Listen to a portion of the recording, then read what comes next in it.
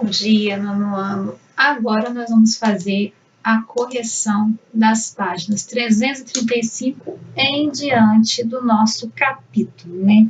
Só para a gente recapitular algumas coisinhas aqui, na última aula nós abordamos a questão, né, em vários vídeos dos governos,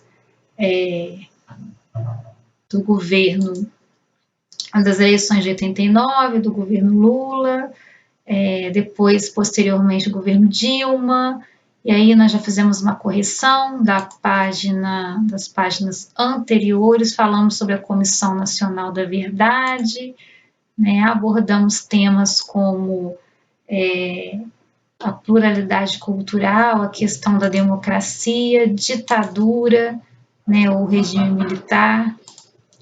Entramos no governo Collor brevemente, falamos sobre impeachment. E aí, eu separei para vocês, dentre o período ali da ditadura militar, o regime militar, a nossa cidade de Volta Redonda, o que estava acontecendo no ano de 88 aqui, né, aproximadamente. Nós temos aí a famosa greve de 88, que marcou a cidade de Volta Redonda, né? E aí nós temos aqui o nome dos trabalhadores, né, que foram mortos, fuzilados a tiro, né, fuzilados ali durante a greve, né? Foi Carlos Augusto Barros, Almeida de Freitas Monteiro e William Fernandes Leite, né? Uma coisa interessante que nesse período a onda de greves e discursos por parte do Partido dos Trabalhadores, o PT, vai continuar em todo o Brasil. Então, lá atrás nós vimos o discurso no ABC, nós vamos ver, né, o Lula pedindo ainda enquanto sindicalista para que o povo brasileiro não vá trabalhar, faça greve, para poder pressionar para que o governo militar pudesse já ir tirando ali as mãos, né, e saindo e dando abertura para o direto e já, que também foi um tema que nós vimos na aula passada. Eu queria deixar para vocês aqui uma imagem desse período aqui, né, essa greve, ela marcou tanto a cidade de Volta Redonda e o país, que ela foi anunciada em rede nacional, no Jornal Nacional na época, né. E aí esse episódio ele é narrado como um episódio histórico dentro do contexto que estamos estudando, o chamado Massacre de Volta Redonda, ou Greve de 88. Episódio lembrado na canção Aos Fuzilados da CCM dos Garotos Podres. Eu vou deixar a canção para vocês no outro vídeo, no outro link para vocês acompanharem, tá? Aí aqui nós temos o nome das 3 vítimas, né? Os jovens e uma foto, né, histórica do período, os 3 já assassinados, né?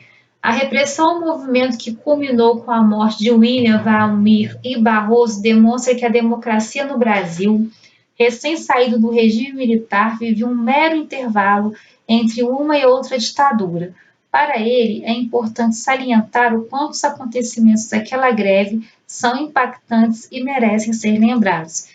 Então, por que eu quis trazer a greve de 88 nesse contexto de ditadura? Porque no pós-ditadura, né, ali nos anos finais, já no início de um governo mais democrático, nós ainda passávamos por situações como esta, né, e Volta Redonda foi palco disso. Aqui nós temos o monumento, né, onde as pessoas levam flores, né, no início levavam flores e os capacetes aqui dos funcionários, dos operários, né, e como ele ficou, né, ele sofreu um atentado depois, posteriormente, né, alguns anos depois ele vai sofrer um atentado, vai ser todo estourado, e o arquiteto que projetou esse monumento aqui, que foi o Oscar Niemeyer, ele vai dizer para a cidade de Volta Redonda, no período em que esse monumento aqui foi estourado, explodido mesmo, colocaram uma bomba, explodiram ele, né? Ele vai dizer assim que ele não vai arrumar, que ele vai ele deixaria como estava, pois isso seria uma forma da cidade estar sempre lembrando trazer à memória o que aconteceu, né? E não deixar passar, né, impune, em branco. Após esse período de greves, né, o Brasil entra ali na era Collor, como eu falei. Nós temos aí o primeiro presidente eleito depois de não sei quantos anos, aí, 21 anos de ditadura, e aí ele faz muita coisa errada no governo, e nós temos aí um movimento cara pintadas, fora Collor, o povo querendo o Collor fora do poder, o Collor sai da presidência, assume seu vice Itamar Franco. Falamos sobre o governo dele, governo neoliberal, e aí fomos passando até chegar ao governo de Fernando Henrique Cardoso, né? Fernando Henrique Cardoso fez um bom governo, né, e colocou o Brasil aí no mapa com o Plano Real, né, que começa aqui com o Itamar Franco e é concluído com Fernando Henrique Cardoso. E aí nós temos o Brasil nos anos 2000, com as eleições, Lula vence, temos ali em 2005 sua, né, reeleição para 2006, mas com uma série de corrupção estourando no governo e muitas denúncias.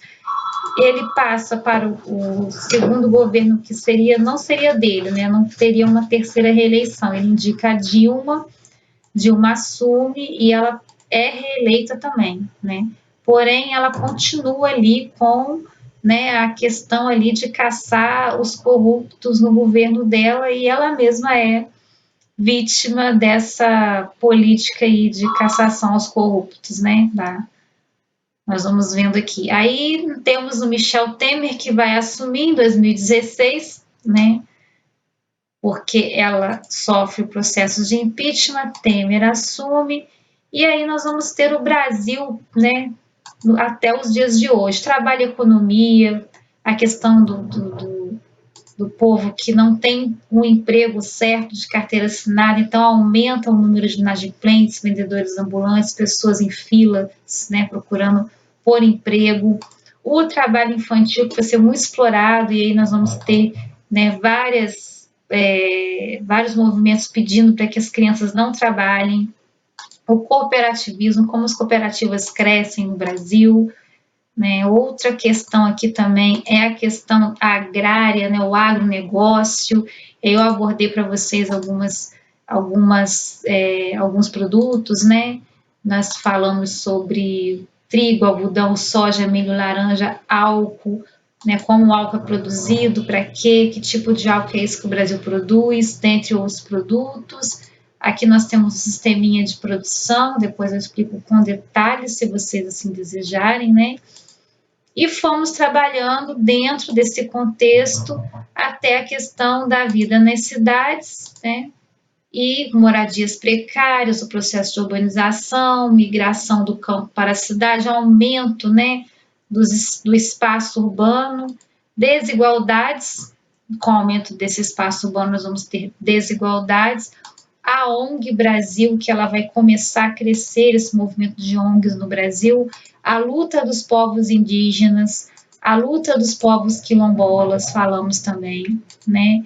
Dei o exemplo da Miriam Zanutti, uma historiadora que atua ali junto às comunidades quilombolas, né, ali no lado mais de Minas, né, Minas Gerais, o estado de Minas. Ela escreveu o livro Coração Quilombola, que vai abordar essa questão da vida nas comunidades, e fomos trabalhando dentro desse contexto até chegar, né, no consumismo no Brasil, como nós consumimos, né, eletrônicos, aparelhos eletrodomésticos, né.